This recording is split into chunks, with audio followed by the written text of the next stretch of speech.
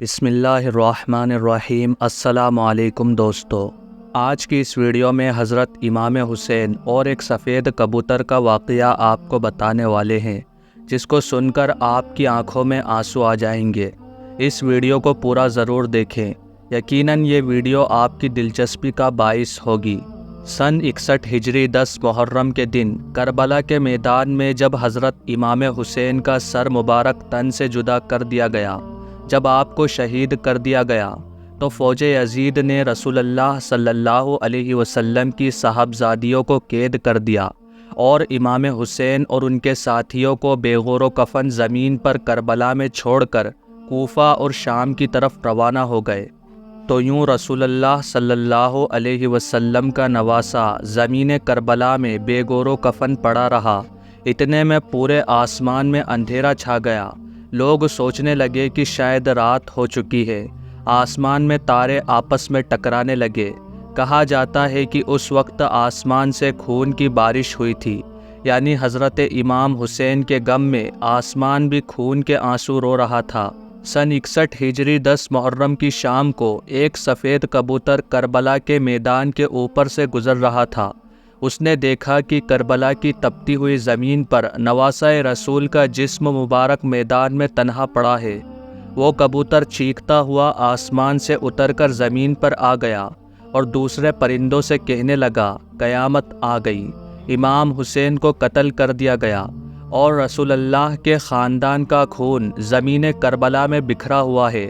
تو یوں باقی کبوتر بھی مقتل گاہ میں آ کر پھرنے لگے اور امام حسین کے غم میں رونے لگے، اور اس سفید کبوتر نے اپنے آپ کو حضرت امام حسین کے خون سے تر کر لیا اور واپس اڑ گیا۔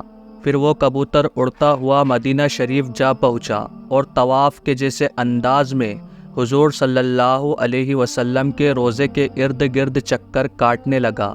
اس کبوتر کے پیروں سے خون کے قطرے ٹپک رہے تھے۔ مدینہ کے لوگوں نے جب اس کبوتر کا حال دیکھا تو وہ حیران اور پریشان ہو گئے اور آپس میں باتیں کرنے لگے کہ آخر یہ معاملہ کیا ہے۔ اس کے بعد جب مدینہ کے لوگوں کو حضرت امام حسین کی شہادت کی خبر ملی تو ان لوگوں کو سمجھ آ گیا کہ سب سے پہلے ظاہری طور پر حضرت امام حسین کی شہادت کی خبر روضہ رسول پر پہنچانے کے لیے یہ سفید کبوتر حاضر ہوا ہے۔ اسی لیے بزرگوں نے ارشاد فرمایا ہے کہ اس دنیا میں جو سفید رنگ کا کبوتر ہے وہ اسی کبوتر کی نسل سے ہے۔ اسی وجہ سے اللہ نے ان سفید کبوتروں میں اتنی شفا اور برکت رکھی ہے۔ دوستو، تاریخ میں لکھا ہے کہ مدینہ کے باہر ایک گاؤں میں سیام نام کا ایک یہودی رہتا تھا، جس کی ایک لڑکی تھی جو ظاہری شکل و صورت میں بہت خوبصورت اور اچھی تھی، مگر اس کو اچانک کوڑ کا مرض ہو گیا، جس سے اس کے دونوں ہاتھ اور پاؤں اور آنکھوں نے کام کرنا بند کر دیا۔ وہ نابینا اور اندھی ہو گئی۔ اس لڑکی کی حالت دیکھ کر اس کے محلے اور اڑوس پڑوس کے لوگ اس لڑکی کو شدید نفرت کی نگاہوں سے دیکھنے لگے کہ یہ مرض اس لڑکی سے ہمیں بھی نہ لگ جائے۔ جب اس یہودی نے دیکھا کہ سب لوگ اس کی بیٹی کو نفرت کی نگاہ سے دیکھتے ہیں، تو وہ یہودی تنگ آ کر اپنی اس بیٹی کو لے کر اپنے گاؤں سے نکل گیا اور دور جا کر ایک باغ میں رہنے لگا۔ اب وہ یہودی دن بھر شہر میں کام کرتا اور شام کو اس باغ میں اپنی لڑکی کے پاس آ جاتا۔ ایک دن اتفاق سے ایسا ہوا کہ وہ یہودی اپنے کام میں اتنا زیادہ مصروف ہو گیا تھا کہ وہ شام کو اس باغ میں اپنی لڑکی کے پاس نہیں آ سکا۔ جب اس نابینا اندھی لڑکی کا باپ شام میں اس کے پاس نہیں پہنچا تو لڑکی گرتے پڑتے ایک درخت کے نیچے جا پہنچی اور رونے لگی۔ اس لڑکی نے اس درخت کے نیچے اب پوری رات گزار دی۔ جب صبح ہوئی تو اس لڑکی نے محسوس کیا کہ اس کے قریب ہی ایک دوسرے درخت کے اوپر پرندے کی چیخ بھری آواز آ رہی ہے۔ اس آواز میں اتنا زیادہ درد تھا کہ وہ لڑکی اپنے آپ کو روک نہیں پائی اور گھسیٹتے پڑتے اس دوسرے درخت کے پاس جا پہنچی۔ حالانکہ وہ لڑکی دیکھ نہیں سکتی تھی، لیکن پھر بھی سر اوپر کر کے اس پرندے کی طرف دیکھنے کی کوشش کر رہی تھی کہ اتنے میں اس کبوتر کے پر سے خون کا ایک قطرہ اس لڑکی کی داہنی آنکھ میں جا گرا۔ اس خون کا گرنا تھا کہ امام حسین کے خون کی برکت کی وجہ سے اس لڑکی کی آنکھ صحیح ہو گئی، اس میں روشنی آ گئی۔ وہ لڑکی اس آنکھ سے دیکھنے لگی۔ پھر خون کا ایک قطرہ اس کی بائیں آنکھ میں گر گیا۔ خون کی برکت سے اس کی دوسری آنکھ بھی روشن ہو گئی۔ یہ دیکھ کر وہ لڑکی بہت حیران ہوئی اور اس درخت کے اوپر دیکھنے لگی۔ اس نے دیکھا کہ خون میں لت پت ہوا ایک سفید کبوتر بیٹھا ہوا ہے اور وہ لڑکی اس کو دیکھ رہی تھی۔ اتنے میں خون کے کچھ اور قطرے اس کے جسم پر گر گئے۔ حضرت امام حسین کے خون کی برکت کی وجہ سے اس لڑکی کی تمام بیماریاں ختم ہو گئی۔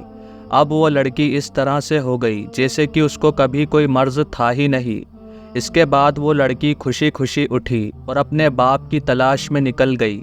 اب وہ لڑکی اس باغ سے باہر نکل ہی رہی تھی کہ اتنے میں وہ یہودی سامنے آتا ہوا دکھائی دیا۔ وہ یہودی اس لڑکی کے پاس آ گیا مگر وہ اپنی اس بیٹی کو پہچان نہیں سکا۔ اس لڑکی کو اجنبی سمجھ کر پوچھنے لگا کہ لڑکی تو کون ہے اور اس باغ میں کیا کر رہی ہے؟ میں اپنی ایک بیٹی کو اس باغ میں چھوڑ کر گیا تھا، کیا تجھے اس کا کوئی حال معلوم ہے؟ میری بیٹی کہاں گئی ہے؟ کیونکہ اس باغ میں جس جگہ پر میں اس کو چھوڑ کر گیا تھا وہاں پر میری بیٹی موجود نہیں ہے۔ لڑکی یہ سن کر خوشی سے رونے لگی اور کہنے لگی کہ بابا کیا آپ نے مجھے نہیں پہچانا؟ میں وہی آپ کی بیمار بیٹی ہوں جس کو آپ اس باغ میں چھوڑ کر گئے تھے۔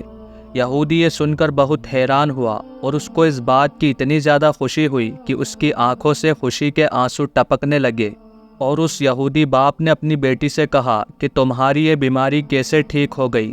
تمہیں دکھنا کیسے شروع ہو گیا؟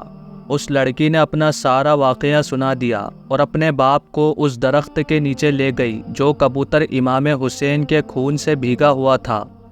ابھی بھی وہ کبوتر اس درخت کے اوپر بیٹھا ہوا تھا اور روتے ہوئے دردناک آواز نکال رہا تھا۔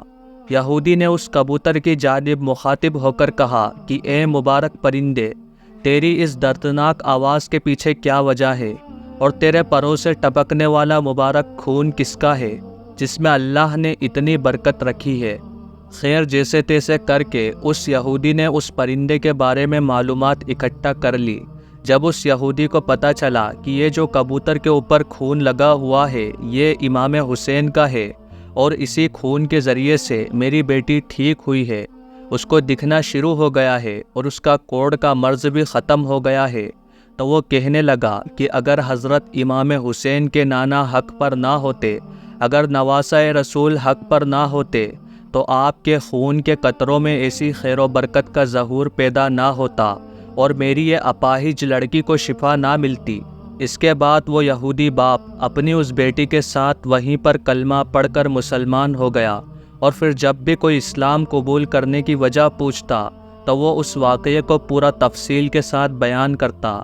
سلام ہو رسول اللہ کے خاندان پر، سلام ہو اس ناحق خون پر جو اسلام کی بقا کے لیے زمین کربلا پر بہتا رہا۔ آخر میں اللہ تعالیٰ سے دعا ہے کہ اللہ تعالیٰ ہمیں نیک اعمال کرنے اور برائی سے بچنے اور بچانے کی توفیق عطا فرمائے، آمین۔